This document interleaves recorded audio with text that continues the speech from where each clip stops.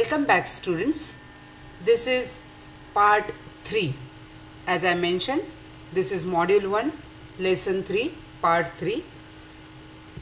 In this lesson or in this part, we are going to discuss public goods and role of the government. Role of the government and public goods. First, understand the meaning of public goods.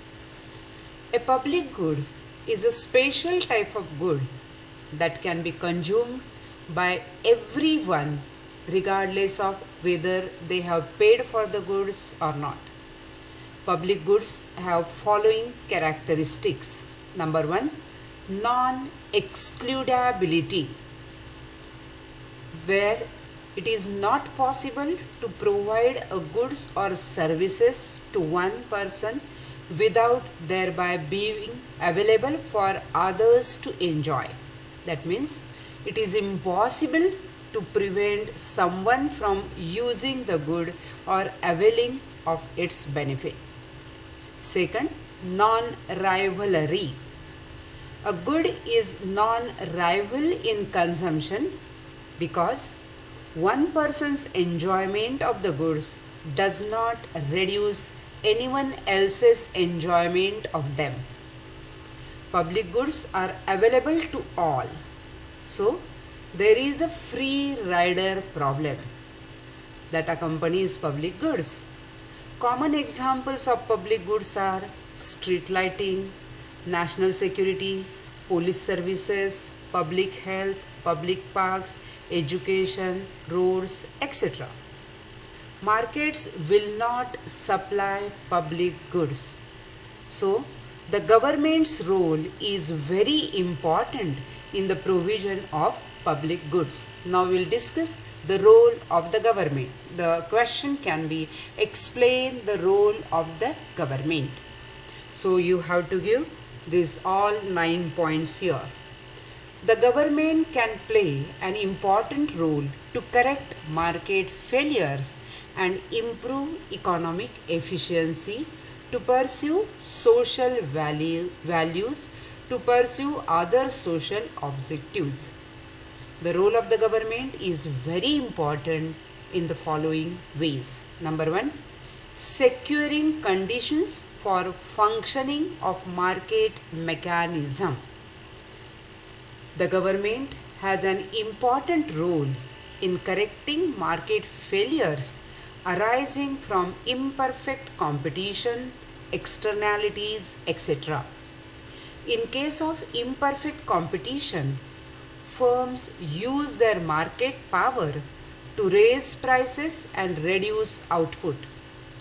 The MRTP Act, that is Monopoly Restricted Trade Practices Act of the Government of India, helps to maintain competitive force and restrain firms from abusing their monopoly power. Second, providing legal framework. The government can provide necessary legal structure and ensure their implementation by the firms and other parties in the market. In India, regulatory authorities like SEBI, Securities and Exchange Board of India, provide legal framework. Next, provision of public goods and merit goods. Public goods and merit goods are such that they cannot be provided through the market. In case of public goods, there is a free rider problem. Because of that, market fails in the provision of public goods. So, the government has to ensure their provision. Merit goods are the goods that governments considers as the good for the people. For example, education. So they have to be subsidized and provided freely by the government. Next, correcting the problem arising from externalities. Government can subsidize the production of goods with the positive externalities and tax or regulate those with negative externalities. Next, correcting unequal distribution of income and wealth. The government has to work towards redistribution of income from rich to poor through welfare programs and taxation policies. Next point, securing important social objective. The market system does not bring high employment, price level stability, desired rate of growth, poverty eradication, and economic development. Government policies are needed to secure these objectives. Next point, provision of social security. The market system cannot provide social security to citizens suffering from unemployment, sickness, old age disability, and so on. The government has to step in to provide social security to its citizens. Next, guiding the use of natural resources. Consumption of natural resources, pollution control, etc. should be guided by the government policies. Next, public ownership.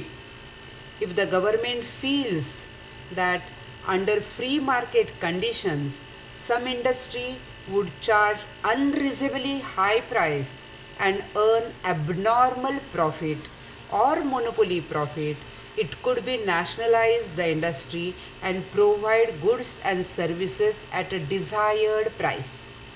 Alternatively, the government may apply rules and regulations to force industries to change a reasonable price. So government has that power. So this is what is the role of the government in the this is what is the role of the government.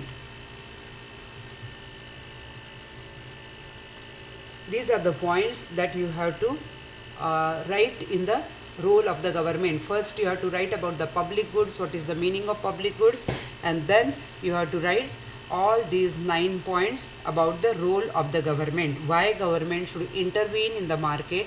Because markets are inefficient, they are not able to provide these goods which are at a concessional rate, and these are the guidelines that I have given. All the 9 points you have to give about the role of the government.